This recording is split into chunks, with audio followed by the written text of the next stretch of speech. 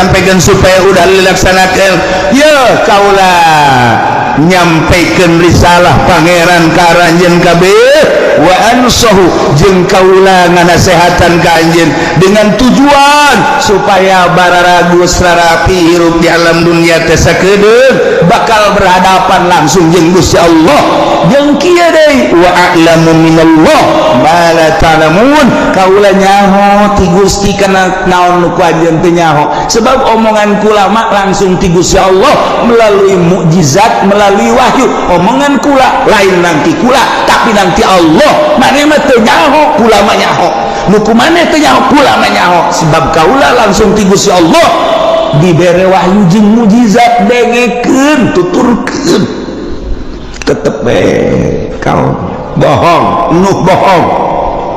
lain rasul nya nama edan jelema teu puguh teu karuh nya nama lain wow kangjeng Nabi Nuh asal dakwah ditaringgalkeun Masya Allah sabara tahun kangjeng Nabi Nuh dakwah dina alfiah dijelaskeun najau ya Rabbi Nuhan wa mastajabda lahu dipulkin lahirin fil yami masuna wa sayadu